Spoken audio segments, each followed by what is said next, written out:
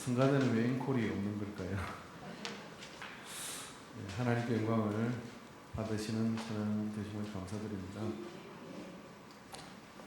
옆 사람과 우리 작품 인사시켜서 미안한데 그래도 옆에 누가 앉았는지는 알고 예배를 드려야 또 예배 시간에 불안하지 않을 것 같기도 하고 뒷사람도 좀 알면은 한 대 안 때릴 것 같고 그런 거 아니겠습니까? 앞뒤 옆 사람과 서로 인사하도록 하는데요.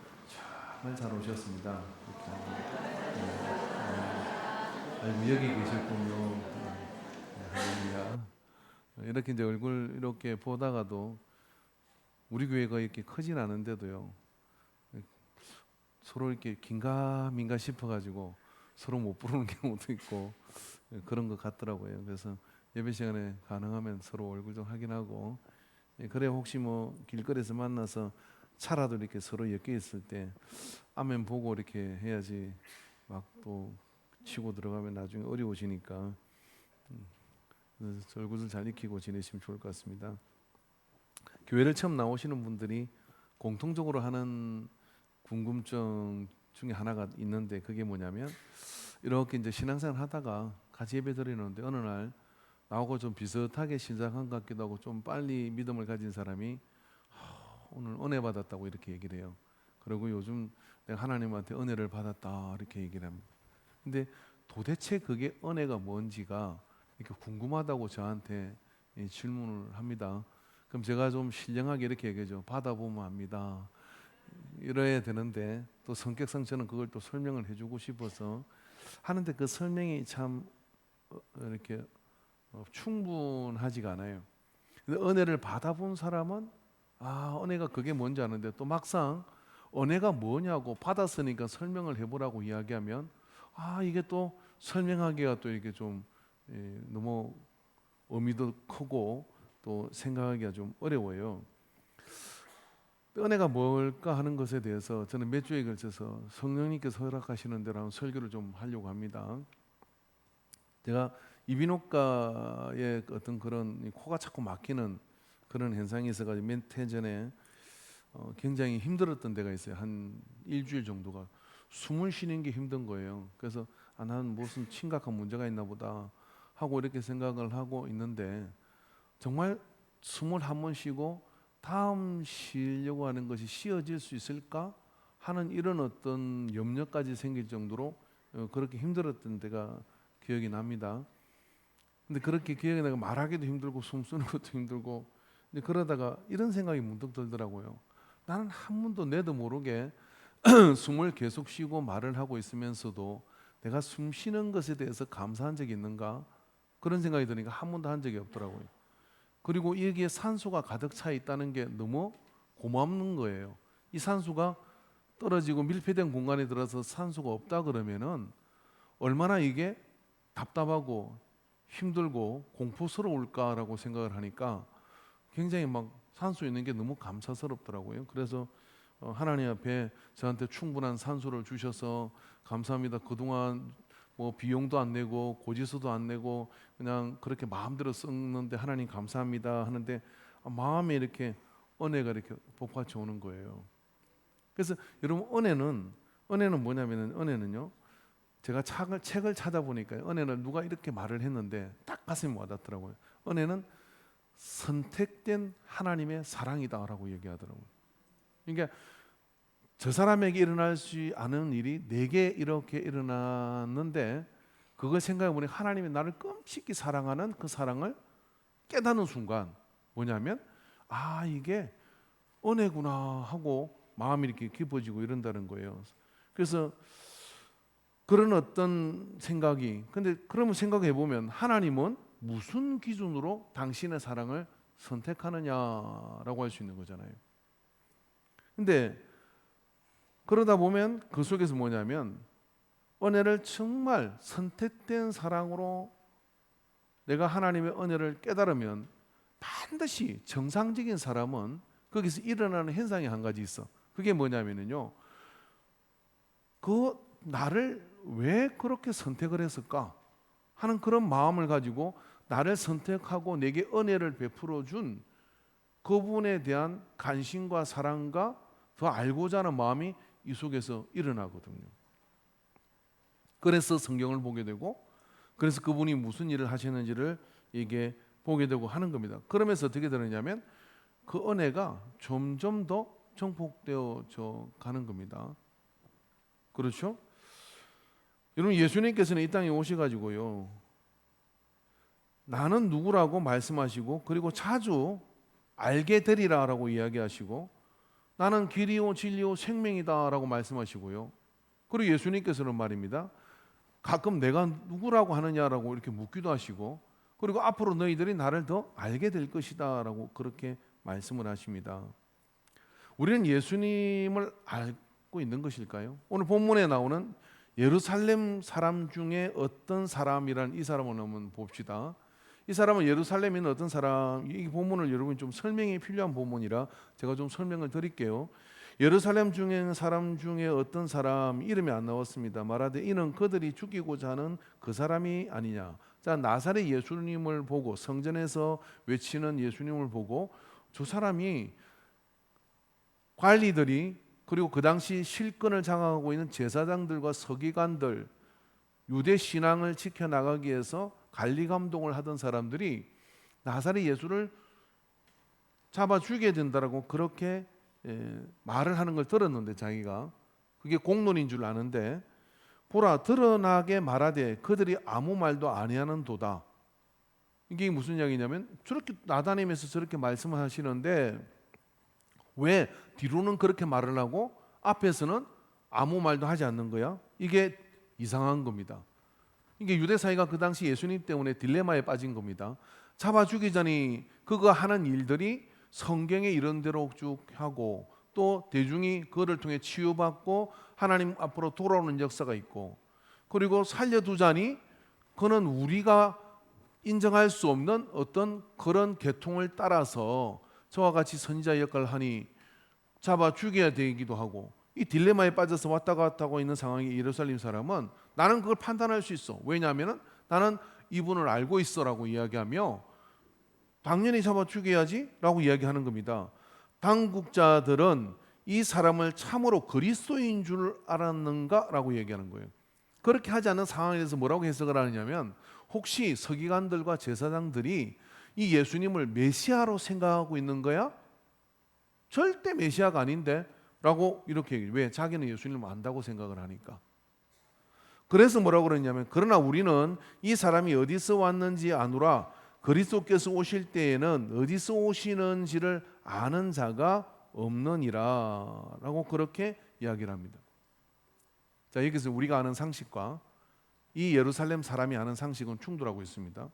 이 예루살렘 사람이라고 하는 이 사람은 메시아가 오실 때는 어디서 왔는지, 그리고 그걸 전혀 출신과 내력을 전혀 모르는 신비한 분이 우리가 와서 로마로부터 우리를 독립시킬 뿐만 아니라 우리 민족을 구원해 줄 것이다 하는 이 메시아 대망의 그런 이야기를 하고 있죠. 이야기가 우리가 잘 모르는 이유는 왜 그러냐면, 에스라 사서라고 하는 우리가 가지지 않는 성경 13장 52절을 반영한 그런 이야기입니다. 그게 어떤 이야기였냐면, 이 유대인들이 가지고 있는 건데요, 그는 나에게 이렇게 말씀하셨다. 아무도 깊은 바다 속에 무엇이 있는지를 찾지도 알지도 못하는 것처럼 지상에서 어느 누구도 나의 아들 혹은 그와 함께 있는 자들을 보지 못할지라도 그가 오실 때는 보게 될 것이다 라고, 이렇게 내력을 알 수 없다고 이 한 말씀을 가지고서 그 기준으로 볼 때 이분은 나사렛 예수는 내가 아는데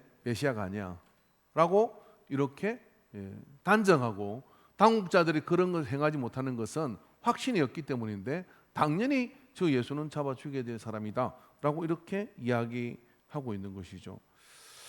이 예루살렘 사람은 27절에 우리는 이 사람이 어디서 왔는지 안다라고 그렇게 이야기를 하고, 그 아는 것의 근거가 이것이었다고 얘기합니다. 여러분, 예수님을 안다고 하는 사람이 예수님을 죽이려고 하죠. 그러나 여러분, 예수님은 성경에 보니까 미가서 5장 22절에 3절의 말씀을 보면, 베들레헴 에브라다야 너는 유다 족속 중에 작을지라도 이스라엘을 다스리는 자가 내게서 내게로 나올 것이라. 그의 근본은 상고에 그의 영혼에 있느니라. 그러므로 여인이 해산하기까지 그들을 쳐 주시겠고 그 후에는 그의 형제 가운데 남은 자가 이스라엘 자손에게 돌아오리라. 마태복음 2장 6절에서 9절에 또 이 말씀을 인용하여 베들레헴에서 헤롯이 가만히 박사들을 불러 별이 나타난 때를 자세히 묻고 베들레헴으로 보내매라고 얘기했어요. 예수님이 메시아가 온다고 동방의 박사들이 찾아오니까 학자들한테 물었어요. 그 당시 메시아가 태어나면 어디에 태어나게? 전부 다 이구동성으로 베들레헴이요 라고 이야기를 했다 이 말이에요. 그런데 예루살렘 이 한 사람은 지금 모르게 와야 되는 거 아니야 라고 이야기를 하죠. 왜 그러냐면 우리가 전도를 하다 보면요, 제일 전도하기 어려운 사람이 누구예요? 절에 다니시는 분들, 아니면 유교를 섬기시는 분들, 제일 고래 심줄처럼 찔기고 전도가 제일 안 되는 사람이 누구냐면 교회 다니다가 안 다니는 사람. 왜 안 되는 줄 아십니까? 이야기를 딱 해요. 예수 믿으세요? 그러면 아이고 몇 년 믿었어요? 이렇게 다 이래. 그러면 제가 믿은 지 3년 됐어요. 나는 10년 다녔습니다. 성경 몇 번 읽었어요? 또 물어요. 근데 이 전도자가 전도하러 갔더니 성경 한 번도 안 읽었네. 저는 10번 읽었습니다. 그러면서 뭐라 하냐면 내가 아는데 그거 틀린 거예요. 이렇게 얘기를 해요. 아니면 아는데 맞기는 맞는데 뭐가 좀 이상하다고. 그렇게 얘기하면 전도 갔다가요 이게 뿅 해가지고 돌아오는 겁니다. 돌아오. 안다고 하는 사람이 내 걸음과 내 행보가 예수님을 아는 은혜의 행보로 나오지 않은 것은요, 안다고 하기 때문에 더 안 되는 거예요. 여러분은 예루살렘 사람 중에 이 한 사람은요, 적어도 메시아에 대해서 여러모로 자기 나름으로는 안다고 이야기하는 사람이에요. 나사렛 예수, 여러분 예수님이 나사렛 예수라고 불리지만 그 예수님은 베들레헴에서 태어나셨어요. 저 목수의 아들 예수, 그 목수의 아들 요셉이 말입니다. 유다 지파의 후손입니다. 그래서 다윗에게 언약한 메시아가 그 족보를 통해서 태어나고, 심지어는 예수님께서 오셔가지고 이 정통성을 인정받게 들어가냐면 사복음서를 읽다 보면 거기에요. 뭐라고 되어 있냐면 성경을 이루기 위함이라, 성경에 나귀를 타는 것도 성경을 이루기 위함이라, 십자가에 달리는 것도 성경을 이루기 위함이라. 정말 성경의 말씀대로 예언되어 있는 대로 하나하나를 다 깨어가며 예수님께서는 그 일을 이루십니다. 그리고 뭐라 그럽니까? 나는 내 마음대로 하는 게 없어. 나 보내시니가 내게 한 것, 내가 본 것, 나에게 말씀하신 것을 나는 하는 거야 라고 말씀을 하고 있는 것이죠. 자, 그러면 다시 한번, 예루살렘 이 한 사람은 예수님을 압니까? 모릅니까? 모르죠. 그런데 안다고 이야기하는 것이죠. 여러분, 막연하게 아는 것하고 구체적으로 아는 것은 참 많이 달라요. 그래서 여러분, 은혜는 하나님을 알아가는 것이고 예수님을 알아가는 것입니다. 여러분이 예수님과 하나님을 알아가는 것을 멈추는 순간 어떻게 되느냐? 은혜도 멈춰요. 잘 기억을 하셔야 됩니다. 막연하게 아는 것이 아니라 구체적으로 알아가는 것. 그래서 은혜는 예수님이 누구신지 알아가는 과정과 이렇게 톱니바퀴처럼 맞물려 있어요. 우리가 평생에 예수님을 아는 것 같지만 매번 어떻게 아는 거냐? 알다는 것은 처음으로 알아가는 것이죠. 그래서 여러분, 성경에 보면 이 구약에 하나님께 쓰시는 사람들은 공통적인 특징이 하나 있더라고요. 그 공통적인 특징이 뭐냐면 매번 사건이 있고 상황이 있을 때마다 하나님을 이렇게 소개합니다. 어떻게 소개했느냐면 여호와는 이런 분이시다, 하나님은 이런 분이시다 하고 자기의 상황 속에 이번 이 사건을 통해, 이번 이 일을 통해 하나님을 알게 된 것을 고백하는 것이죠. 그러니까 어떻게 됐습니까? 새로운 은혜가 그 속에 임하게 되는 거예요. 20년 전에, 10년 전에 내가 특별한 은혜를 받았어요. 세월이 지나면서 말입니다. 그 은혜를 먼지 툴툴 털어가지고 꺼내보려고 해도 이제는 잘 꺼내지지도 않는 상태가 영이 죽은 상태예요. 그런데요, 믿음으로 하나님 앞에 다윗과 같이, 아브라함과 같이, 모세와 같이 그렇게 쓰임받던 구약의 사람들과 신약의 사람들은요, 지금 현재 진행형으로 예수님을 또 이번에 새롭게 알았습니다. 하나님을 또 이번에 새롭게 알았습니다라고 고백을 하고 있다 이 말이에요. 출애굽기 15장 3절에 4절에 모세는 뭐라고 고백을 합니까? 여호와는 용사시니 여호와는 그의 이름이시로다.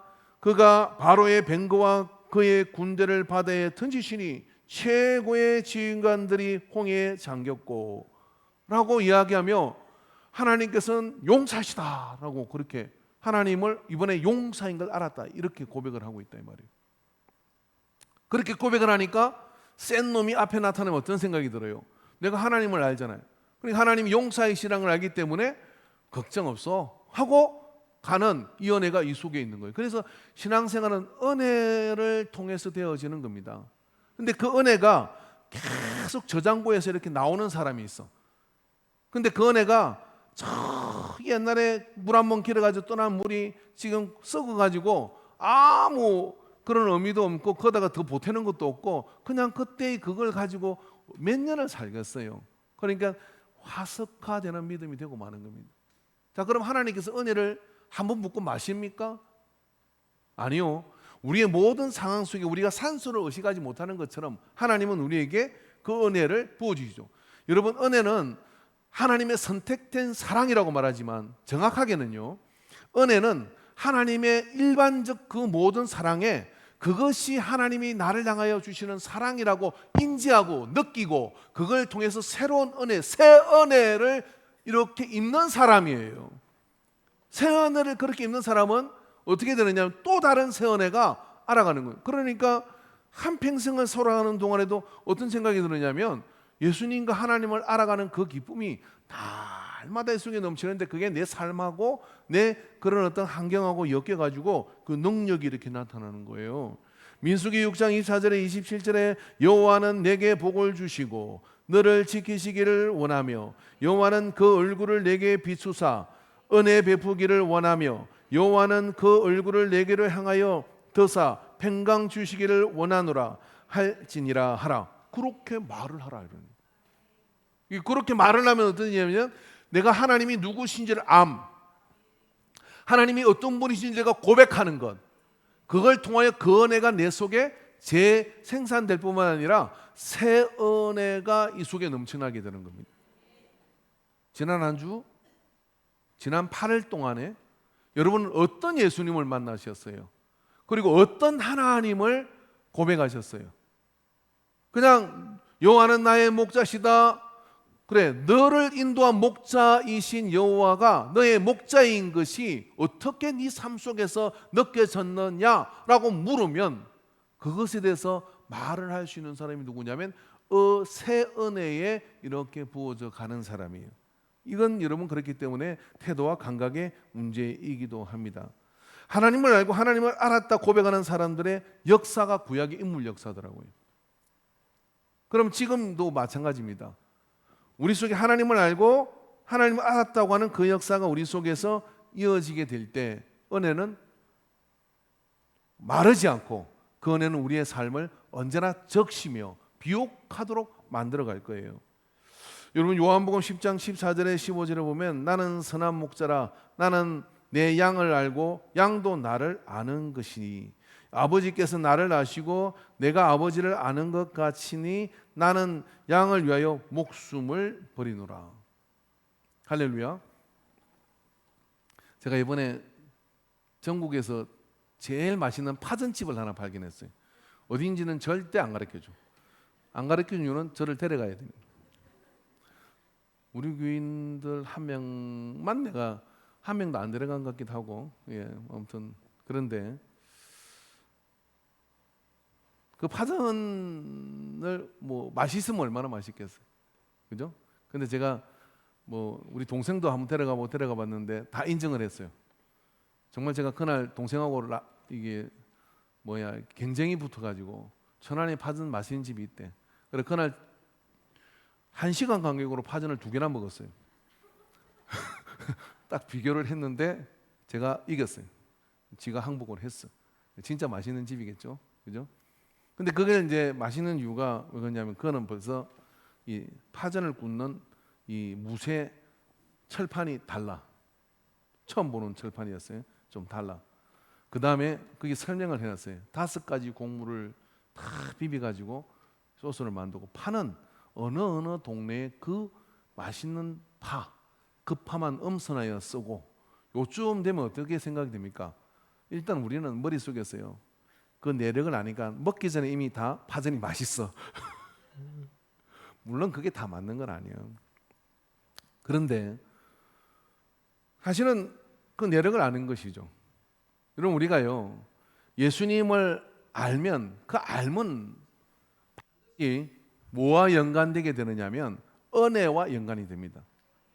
내가 왜 은혜를 잘 못 받냐, 은혜가 도대체 뭔지를 모르겠다 하는 분들은요, 파전의 내력을 모르는 것처럼 파전이 그것은 그거지 하고 그렇게 내력을 잘 알아가려고 하지 않아요. 알미 깊으면 어떻게 되느냐면 그것을 통해서 내게 일어나는 사건과 이런 것들이 더 커지게 되는 겁니다. 할렐루야. 오늘 이 예루살렘 사람 중에 이 한 사람은요, 예수님을 당신 앞에 두고도, 여러분 지금 우리가 2000년 전으로 뿅 들어가서 예수님을 곁에 뒀다 그러면 뭐 하시겠어요? 뭐 하시겠어요? 그냥 안 보내지. 절대 그냥 안 보내지. 그죠? 그런데 앞에 두고도 예수님을 만져보지도 못했어요. 예수님과 말을 걸어보지도 못했어요. 왜 그랬어요? 왜 그랬냐면 지가 안다고 생각했기 때문에. 자기가 안다고 생각해요. 제가 인생의 비법 하나만 가르쳐 드릴게요. 여러분이 아는 분야가 있어. 근데 어떤 사람이 아는 척을 해. 그러면 이제 되게 지혜로운 사람은요, 내가 아는 게 30이라고 해봐요. 그 30이 100인 줄 알았어. 대개는 사람은 그래요. 자기가 아는 게 평균을 따지면 30인데 다 90, 100으로 다 안다고 이야기를 해요. 그런데 이야기를 하면 어떻게 돼요? 아, 그럼 시끄러워. 내가 다 알고 있어. 하고 그 안다고 이야기하는 사람을 20쯤 줬다가 그건 내가 다 알고 있는 건데 고막 시끄럽다고 안 들어요. 근데 지혜로운 사람은 어떤 사람이냐면 자기가 100을 알고 온다고 생각을 했어. 그런데 이 사람하고 그 보편적 기준에 30까지 이야기를 쭉 들어. 이까지 내가 아는 이야기인데 그리고 난 뒤에 아 그래요 그렇군요 이렇게 물어요. 그런데 그 다음에 반전이 일어나요. 자기가 알고 있는 걸 넘어서서 다른 아는 거를 쫙 이야기를 하는 거예요. 그 속으로 난 저 정도 아는데 라고 생각했다. 그 다음에 어떻게 되느냐면 야 저렇게도 생각할 수 있고 또 저렇게도 그런 게 있구나 라고 이렇게 알게 돼. 그럼 이제 기분이 좀 나빠가지고 우길라 그래 막. 그러지 말고 끝까지 들어. 끝까지 듣다면 어떻게 되냐면 집에 가서 곰곰이 생각해 보니까 그 사람 말이 옳아. 내가 아는 게. 그럼 어떻게 이 사람은 자꾸 플러스 더 알게 돼가지고 어떻게 하냐면 좋은 일이 일어나요. 되게 교만한 사람들은 어떻게 하냐면 그 정도는 알아. 뭐 조용히 해 라고 이야기하고 어떻게 하냐면 인생에 많은 기회와 많은 대비할 수 있는 것들을 다 막아버린 거예요. 그죠? 그래서 근데 알고 있지만 설교 시간에도 아는 이야기지만 알고 있지만 더 이렇게 듣고 더 이렇게 하는 사람이 있는가 하면 오늘 또 뭐 은혜 얘기하는구나 오늘 또 뭐 이거 하는구나 하고 귀를 닫는 사람이 있죠. 그 사람은 하는 게 아니에요.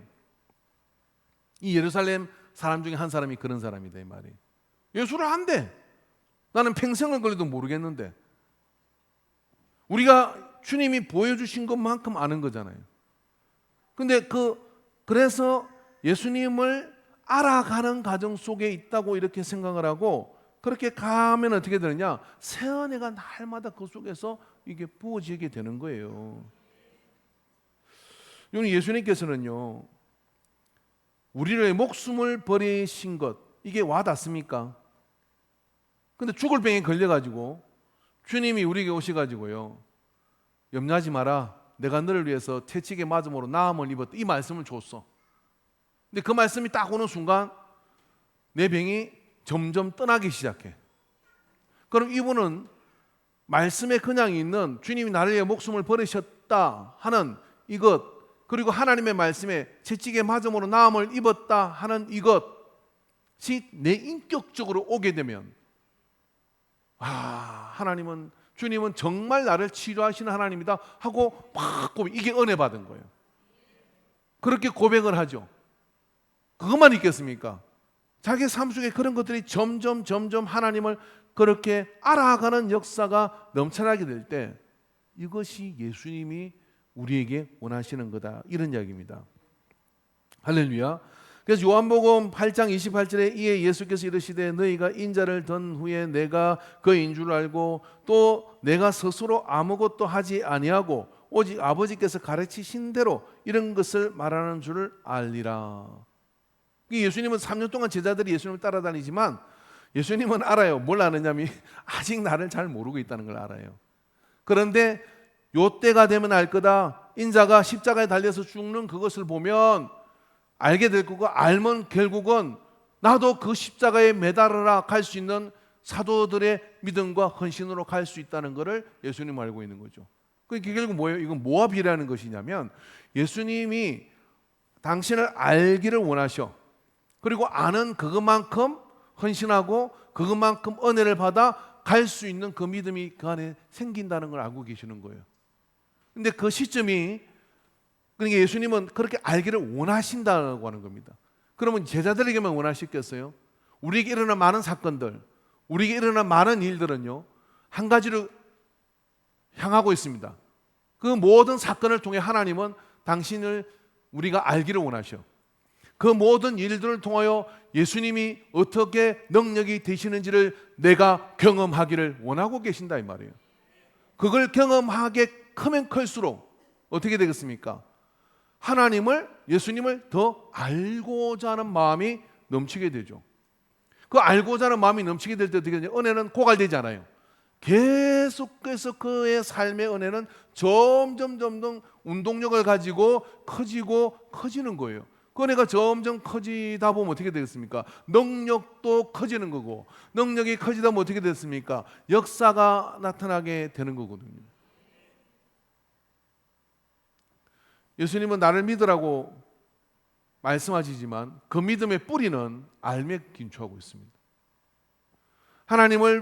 예수님을 부딪히면서 그것을 알고 우리의 고백이 정확해져 갈 때, 그때를 위해서 주님은 말씀을 전해주시고, 그리고 당신이 어떻게 오시는지를 설명을 하고, 그리고 십자가를 지고 보여주시고 나를 따르라고 이야기하시고 하는 거예요. 근데 그게 어느 날 고개가 끄덕거려지며 아멘이 되어지며, 그래 맞아, 이 예배 시간에 앉아있는데 앉아있는 시간에 내 삶이 이렇게 중복되면서 그 삶 속에 주님이 나에게도 그렇게 하셨지 할 때 은혜가 열리는 거예요. 그런 은혜가 그 속에 열리는 것이죠. 성경의 신약이나 구약의 많은 사람들은 다, 베드로, 요한 모두 다 뭐냐면 그들은 예수님을 알게 됨으로 변화를 경험한 사람들입니다. 오늘 예수님께서 이렇게 물으십니다. 사람들이 나를 누구라느냐?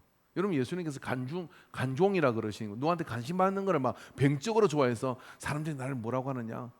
혹시 여러분 인터넷 검색창에다가 자기 이름을 검색한 사람은 연예인 병이 걸린 사람이래요. 혹시 기사에 나왔나? 인스타 막 밤새 올리고 그런 다음에 몇 분 클릭했을까? 제 얘기하는 거예요. 관종에 걸린 사람입니다. 예수님이 그런 분이십니까? 그래서 제자들한테 물었어요. 야, 내 떡도 먹이고, 야, 내가 무리를 막 걷고 봤지? 그 사람들 좀 알아주더나? 사람들이 날 누구라 하느냐? 이렇게 물어. 그래서 물으신 거예요. 이제는 그렇게 보시면 안 돼. 왜냐하면 예수님은요, 당신을 아는 것만큼 삶의 변화가 일어난다는 걸 알고 계시는 거예요. 그래서 물었더니 혹은 선지자라고 하고요, 혹은 뭐 예언자라고 하고요, 뭐 선생이라 하고요, 막 이런 얘기. 예수님의 관심은 다른 데 있었어요. 제자들을 향해 딱 눈을 뜨고 이렇게 얘기했습니다. 너희는 나를 누구라 하느냐? 교회 밖에 있는 사람은 마음대로 떠들 수 있습니다. 그러나 교회 안에는 은혜의 공동체인데, 이 은혜의 공동체 안에 있는 사람은 어떤 상황 속에서도요, 예수 그리스도가 누구신지를 매일 알아가는 은혜의 흐름 속에 같이 있어야 돼요. 그래서 누군가 물을 때요, 은혜 받았냐고 물을 때 그렇게 묻는 게 아니라 예수님이 누구냐를 말하지 않고는 견딜 수 없는 이 은혜가 내 속에 있을 때 그 사람이 누구냐면 그리스도인이요, 성도요, 은혜 받은 사람이 은혜를 계속해서 받으며 하나님의 역사를 이루어갈 사람이에요. 할렐루야. 그 베드로가 딱 이야기하죠. 시몬 베드로가 대답하여 이르되 주는 그리스도요 살아계신 하나님의 아들이니. 베드로가 원래 이런 사람 아니잖아요. 그죠? 베드로가 다일질에다가 막 흥분도 잘하고 막 그런 사람인데 이 멋진 대답을 했어. 이 멋진 대답을 예수께서 대답하여 이르시되 바요나 시몬아 내가 복이 있도다. 이를 내게 알게 한 이는 헬육이 아니요 하늘에 계신 내 아버지시니라. 오늘 말을 타겠어. 설교를 듣고 은혜를 받고 살다 보니 누가 뭐 고민 있게 이야기했게 말을 했는데 그분이 너무 감동을 받는 거예요. 그래서 돌아서는 순간 어떤 생각이 들어요? 이건 내가 한 말이 아니요, 내 속에서 놓을 수 없는 말이요. 뭐 그런 생각이 들 때가 있지 않습니까? 바로 그 순간이에요. 예수님께서 바로 그때 그건 네 헬육이 말하는 게 아니고 하늘에 계신 내 아버지가 뭐 했다? 알게 하셨다. 누구를? 예수님을 알게 하셨다. 제가 얘기했잖아요. 은혜는 선택된 사랑이라고요. 베드로에게 알게 하셨다. 베드로가 그걸 반응을 보이고 정확한 예수님에 대한 자기가 경험한 예수님에 대하여 주는 그리스도 살아계신 하나님의 아들이시니다. 여러분 예수님께서 이걸 어디서 물었냐면 많은 신상이 그렇게 비엘엔 우리 성지순례 가신 분을 보셨을 거예요. 그게 로마의 여러 잡다한 신전이 있는 그곳에서 예수님이 너희는 나를 누구로 하냐 물을 때 이것들은 황제도 살아있는 신이 아니고 이것들은 다 신이 아니라 살아계신 하나님의 아들은 한 분 당신이십니다 라고 이렇게 고백한 베드로의 고백을 딱 듣는 순간 예수님 뭐라 그럽니까? 예수께서 이 이야기를 들으시고 또 내게 이르노니 또 내가 내게 이르노니 너는 베드로라. 내가 이 반석에 내 교회를 세우리니 음부의 근성이 이기지 못하고 능력을 주었어. 뭐예요?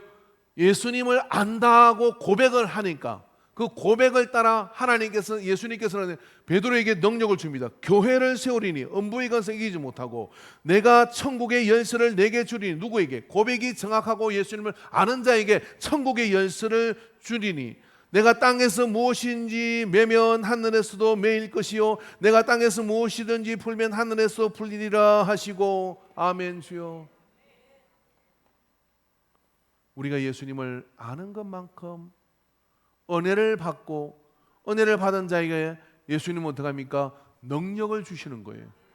교회는 은혜 공동체입니다. 무슨 은혜 공동체느냐? 주님을 알아가는 여정 속에 우리가 있는 거예요. 여러분 이 은혜를 이런 거죠. 예수님의 은혜를 받은 사람은요 반드시 정상적이면 이분이 왜 나에게 이랬을까 하고 그분에 대한 관심이 일어나요. 여러분 우리가 은혜 못 받는 사람들은 쉽습니다. 쩌무다 말기암이 다 걸리는 거야. 그러고 난 다음에 아이고 어떡합니까? 저를 살려주십시오 했는데 예수님이 나타나야지 내가 고쳐줄게 하고 고쳐줘. 그러면 다 예수님이 은혜를 얻지 않겠습니까? 그리고 그런 다음에 그 중에 딱 그저 한 명만 은혜를 진짜 받아. 고쳐주면 어떻게 하느냐면 지가 잘나서 그런 줄 알고 또 세상을 재짓고로 가요. 그런데 한 명 문둥병자는 돌아옵니다. 예수님 그때 뭐라고 해요? 나머지 아홉은 어디 갔냐고 묻잖아요. 왜 고쳐줬냐? 예수님이 누구신 줄 알게 하시려고. 그런데 돌아온 사람이 있어. 그 돌아온 사람을 어떻게 합니까? 제 사함을 해주셨다 이 말이에요. 병 고치고 돌아가서 제 사함을 받지 않으면 또 병 걸려. 그런데 그렇게 고쳐주신 거예요. 이 은혜를 받게 하는 방법은 너무나 쉽죠. 근데 여러분 꼭 그렇게 두드려 맞아가지고 은혜를 받겠습니까? 오늘 말씀을 통해서 내가 조그만한 은혜, 숨 쉬는 것도 감사하고 오늘 예배 드리는 것도 감사해서 그 은혜를 내가 받았어. 그런 다음에 당연히 정상적인 사람은 어떠냐면은 내게 베푸신 은혜의 사람을 주목하게 돼 있어요. 그래서 그분에 대해서 더 알고 싶은 거예요. 더 알고 싶어서 그분을 찾아보니까 세상에 나는 그냥 주님께서 손썩 한번 펼쳐가지고 나를 고쳐준 줄 알았는데 세상에 그 파전이 그냥 기름 딜딜 띄워서 구운 줄 알았는데 팔을 가져와서 그리고 손질을 해서 엄선을 해서 막 그렇게 꽂다 생각하니까 한 점을 딱 떠서 먹을 때 무슨 생각이 드느냐면 그 정성을 먹는다는 생각하니까 안 맛있으면 사람이 아니지. 그잖아요. 그것처럼 주님이 나를 살려주시고 십자가에서 그 고생을 하시고 오늘 성찬을 하는데 이 떡을 그냥 떡을 맛있겠구나 구수하구나 이렇게 먹는 건 그런 사람은 떡 먹지 말아야 돼요. 이 떡이 주님의 살이요 이 잔이 주님의 피요 그 살과 피를 어떻게 나누시는지를 의식하면 매번 그 의식 속에서 내가 살았구나 하는 믿음을 가지고 이 성찬 앞에 나오는 사람들은 이 성찬 예식을 통해서요 나의 삶이 투영되어서 더 큰 은혜 속으로 나가는 거예요. 그래서 은혜는 받은 자가 점점 더 증폭되고 은혜를 소멸한 자는 점점 더 그 은혜가 사라지게 되어 있는 겁니다. 그래서 그 은혜는 어디로 가느냐면 주님을 더 알고 싶은 열망으로 그 속으로 들어가게 되어 있다 이런 얘기죠. 주님은 우리가 예수님에게 무감각하기를 원하지 않으셔요. 주님 우리가 그분을 더 알기를 원합니다. 요한복음 14장 20절에 그날에 내가 아버지 안에 너희가 내 안에 내가 너희 안에 있는 것을 너희가 알리라. 자꾸만 알리라 그래요. 알리라. 근데 우리는 자꾸만 모르겠는데요. 자꾸만 아리까리한데요. 맨날 그래요. 고린도전서 13장 12절에 우리가 지금은 거울로 보는 것 같이 희미하나 그때는 얼굴과 얼굴을 대하여 볼 것이요 지금은 내가 부분적으로 아나 그때는 주께서 나를 아신 것 같이 내가 온전히 알리라. 큰 은혜는 뭐냐면 온전히 알게 성령이 임하게 될 때 정말 큰 은혜 뭐냐면 온전히 아는 은혜가 임한다 이런 이야기입니다. 그러니까 우리가 조그마한 은혜를 받으면서 그 은혜 주님을 더 알기를 원하고 사모하고 그러면 어느 날 성령이 임해. 성령이 임하면요 뭐가 달라지는 것이냐면 내 주변에서 하나님이 일하시는 게 더 느껴지는 거예요. 여러분 이렇게 돼 있지만요 적외선 카메라를 가지고 아니면 이 특수한 그런 뭐 장비를 가지고 우리를 쭉 이렇게 하면은 그게 사람이 육안으로 볼 수 없는 것들을 볼 수 있는 그런 장치들이 있어요. 성령을 받을 때 어떻게 되느냐면 바로 그러한 것을 통해서 전에는 무심결에 지나갔던 것들이 내게 큰 은혜로 이렇게 임하게 돼서 그것이 이 안에서 지금 살아갈 힘이 되고 능력이 되는 거예요. 과거에 10년 전에 20년 전에 우연히 그렇게 됐나 보다. 세월 속에 그때 내가 죽었어야 되는데 살려주신 게 우연한가 보다 이렇게 생각했던 사람이요 성령을 받고 난 뒤에 지금 현재도 은혜를 받지만 과거에 있었던 오래된 그 사건들을 다시 들여다봐요. 다시 들어보니까 그곳에서 주님이 얼마나 나를 내가 예수 믿기 전에 이미 주님이 나를 사랑하시고 나를 살려주신 것에 대해서 성령 받고 난 뒤에 그걸 고백을 하더라고요. 자기는 그때 월남전에서 죽어야 된대요. 딱 죽어서야 맞는 거래요. 그때는 예수를 안 믿었을 때요. 그리고 은혜를 받고 예수를 믿고 나니까 하나님께서 그때 나를 살려주신 것을 이야기해요. 이게 논리적으로 맞아요? 맞아요. 그때도 하나님이 나를 특별하게 사랑하시고 인도하신 것을 소급해서 받으니 어찌 은혜의 샘이 마르겠습니까? 어찌 은혜의 샘이 마를 수 있겠어요? 그 은혜의 샘은 계속해서 커지게 되는 겁니다. 여러분 예수님을 알면 삶이 설명되어집니다. 절대로 우리 인생은요 사람들은요 과거에 있었던 어떤 그 충격적인 사건 그리고 어떤 상실감 그것에서 벗어나기가 참 어려워요. 여러 가지 어떤 상담을 하고 많은 걸 해도요 그 안에서 실타래가 꼬이는 것처럼 계속 반복되는 것을 느낍니다. 그런데 인격적으로 예수님을 깊이 알아가기 시작하면 어떻게 되느냐면 이런 게 이거거든요. 요 수준에서 맨날 사람끼리 무슨 이야기를 하고 철학을 동원하고 해도 여기서 보지 않으면 이해되지 않는 것은 절대로 여기서 이해되지 않아요. 딱 한 번만 시야를 옮겨가지고 이 모든 세상을 만드시고 생사복을 주관하시는 하나님의 의도와 하나님의 시야에 관심을 가지고 이 사건을 들여다보면 설명이 되는 거예요. 이 설명이 된다는 게 뭐냐면 내 삶이 내 자신이 그게 설명이 될 때 더 이상 그 문제는 나를 심리적으로 힘들게 할 수 없어요. 그게 뭐냐면 예수 더 알기 원하는 그것을 예수님을 알금으로 얻는 은혜입니다. 그죠? 우리 모 권사님의 친구 되신 뭐 이렇게 아시는 지인 중에 권사님 한 분의 그 이야기가 저한테는 굉장히 충격적이죠. 두 아이가 모두 장애에 걸렸고 예수를 잘 믿고 그리고 정말 열심히 신앙생활하는데 아이가 그렇게 태어났어요. 그걸 어떻게 여러분 설명할 수 있습니까? 그런 일이 뭐 어떻게 하나님을 원망하지 않을 수 있겠습니까? 옳아서 옳은 게 아니라 하나님이 하셨기 때문에 옳습니다. 이런 말은 어떤 신앙자한테도 들어본 적이 없어요. 예수님을 더 깊이 알다 보니까 어떻게 되냐면 내 삶이 설명이 되는 거예요. 이야기를 제가 하고 있는 겁니다. 많은 사람들은요, 과거에 있었던 사건 때문에 괴로웠는데 그 사건은 더도 덜도 할 수가 없어요. 근데 현재를 망쳐가요. 왜 망쳐가느냐면 내가 그게 설명이 안 되니까 내 지금의 시간을 망쳐간다 이 말이에요. 절대로 자기 안에서는 그게 설명이 안 돼요. 누구를 알면? 예수님을 알면 내 시야가 옮겨져. 예수님을 알면 그분이 내가 그 예수를 더 알아가면서 내 이 사건을 통해 더 크신 예수님을 알게 되는 겁니다. 할렐루야. 그런 은혜가 그 속에 있는 거예요. 어떤 권사님이 이 우울증이 너무 심해. 교회를 다니고 권사가 됐는데 우울증이 너무 심해요. 그래서 무슨 사역을 하는 팀이 있었어요. 그래서 이제 그분을 이제 기도하고 같이 이렇게 축사 사역을 하는데 이 잠재의식이 얼마나 오래 가느냐면요. 어릴 때 6.25 전쟁 때 주변에 막 폭탄이 터지는 상황을 이 아이가 가지고 있는 겁니다. 그러니까 몇 살 때인지 모르지만. 그런데 엄마가 아이를 집에 두고 애가 얼마나 공포스럽겠어요. 폭탄이 터져 정신이 없으니까 막 살겠다고 간 거예요. 그리고 주변에 막 폭탄 소리가 나고 막 전쟁이 그런 폭격을 받는 상황인데, 근데 그것이 항상 이게 뭐냐 거절 감정이고 어떤 상처로 있어가지고 삶을 말아먹고 있었던 거예요. 송사님이 축사를 하면서 기도하는데 하나님 우리도 이게 이해가 되지 않습니다. 그러면서 눈물로 막 하는데 하나님께서 정말 개입을 하셔가지고 그 권사님도 어떤 그림을 보여주냐면 다른 집은 막 폭탄을 맞는데 거기를 딱 살아있잖아요. 지금 거기를 하나님의 큰 손이 폭탄이 떨어지지 않도록 이렇게 막으시는 그림을 딱 보여주신 거예요. 그 순간 이분은 우울증이 떠났어요. 왜? 선택된 하나님의 큰 사랑을 그때 나를 버림받은 게 아니라 하나님은 나를 지켜주셨구나 하는 은혜가 그 속에 임하니까 더 이상 우울의 마귀가 그를 지배할 수가 없었어요.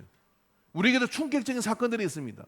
여러분 예수 그리스도를 알므로 인해 가지고요 거기로부터 자유케 되는 것을 믿으시기 바랍니다. 그래서 삶이 설명이 돼요.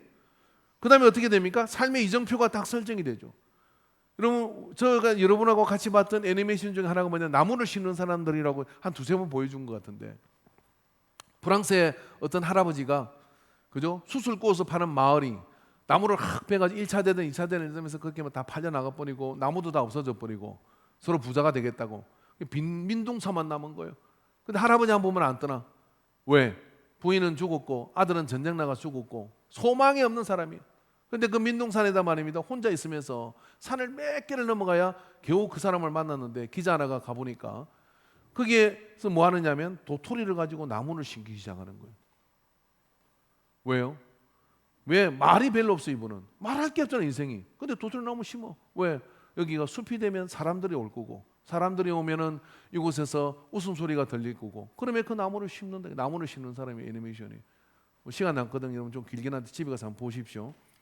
근데 저는 거기서 본 게 뭐냐면 이 노인은 뭐냐면 희망이 없는 사람이에요. 상처를 안고 있는 사람이에요. 그런데 뭡니까? 새로운 비전이 생겨서 나무를 심으면서 그게 숲이 이루어지고 나중에 버스가 다니는 그런 마을이 됐는데 사람들은 몰랐다 이렇게 얘기를 합니다. 여러분 우리가 예수 그리스도를 만나면요 새로운 비전이 이 안에 생깁니다. 그래서 우리가 하나님의 은혜를 안에서 우리가 그 은혜 예수님을 알므로 인해서 은혜가 우리 속에 임하면요 더 이상 과거에 붙들리지 않아요. 새로운 비전 속에 나를 가지고 나가기 때문에 삶이 역동적으로 바뀌죠. 예수님을 아는 것만큼 우리는 믿음이 생기게 되고 그 속에서 하나님의 역사가 나타납니다. 삭개오, 7 귀신 들린 마리아, 다일질의 베드로, 고집병이 바울 모두가 예수님 만나서 자기 삶이 변화된 거잖아요. 어떻게 만났냐? 그분을 알므로 인해 가지고 변화는 시작됐고 그 변화가 새로운 알을 통해 새 은혜가 자꾸만 부어짐으로 삶이 바뀌게 되는 것이죠. 여러분 우리는 이 시간에 왜 여기 있습니까? 간단합니다. 예수님을 알기 위해서 이곳에 있는 겁니다. 우리가 예수님 우리의 삶을 통하여 지금 내게 무슨 일이 일어나든지 간에 그 일어나는 일들을 통해서 예수님을 하나씩 알아가는 것이 그 속에서 은혜로 작용해서 넘치는 은혜가 풍성해질 때 우리의 삶은 걱정할 것이 없고 그 능력도 함께 주어지는 것을 믿게 되기를 주의 이름으로 축원합니다. 할렐루야. 여러분, 우리가 이번 주에 숙제 하나를 내고 싶은데요. 여러분, 성경을 구약을 읽든 신약을 읽든지 간에 사복음서를 꼭 읽으시면 좋겠습니다.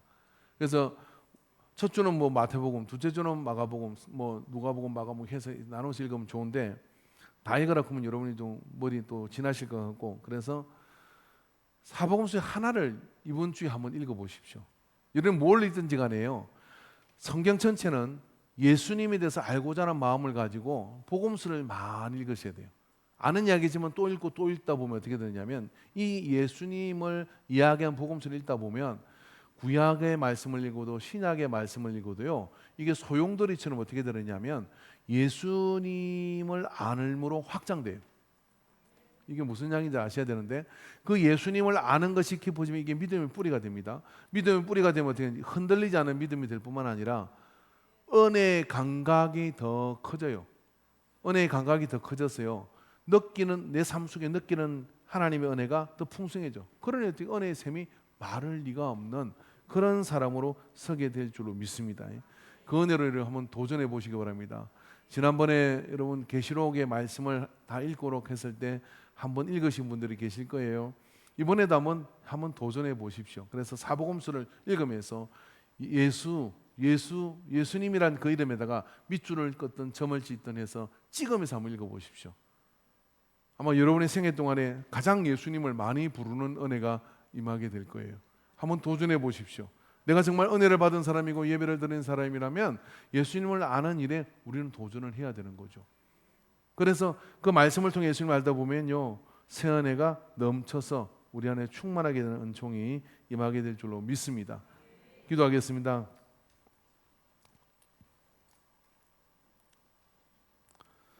하나님 아버지, 오늘 우리에게 9월의 첫 주 은혜의 여정을 열어가는 자가 되게 하여 주시옵소서. 우리에게 주어진 삶의 소중한 순간순간들 속에 우리는 느끼지 못했지만 하나님은 일하셨고, 우리는 알지 못했지만 주님은 디딤돌을 놓아 주셨고, 그러나 모르고 걸어서 그런 줄 알고 그냥 갔던 그 길에 주밀하게 주님께서는 인도하여 주신 것을 깨닫는 삶이 되게 하여 주옵소서. 그래, 주님도 알기를 사모하는 그 믿음이 우리 안에 일어나게 하옵소서. 예수님의 이름으로 기도하옵나이다. 아멘.